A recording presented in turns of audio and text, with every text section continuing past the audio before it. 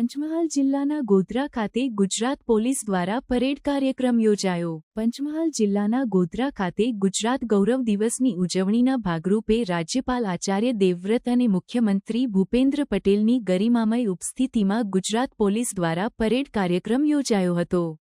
ગુજરાત ગૌરવ દિને વાવડી ચોકડી ખાતે યોજાયેલ પોલીસ પરેડ કાર્યક્રમમાં પોલીસ દળોના કુલ 19 પ્લાટૂનના 840 પોલીસ કર્મીઓએ પરેડ પ્રસ્તુત કરી ઉપસ્થિત નાગરિકોને મંત્રમુગ્ધ કર્યા હતા। રાજ્યપાલ આચાર્ય દેવવ્રત અને મુખ્યમંત્રી ભૂપેન્દ્ર પટેલે પોલીસ પરેડનું નિરીક્ષણ કર્યું હતું। આ ભવ્ય પરેડમાં એસઆરપી, હોમગાર્ડ, ગ્રામ રક્ષક દળ, પોલીસ વિભાગ, વન વિભાગ અને આર્મી કમાન્ડો સહિતના દળોએ ભાગ લીધો હતો।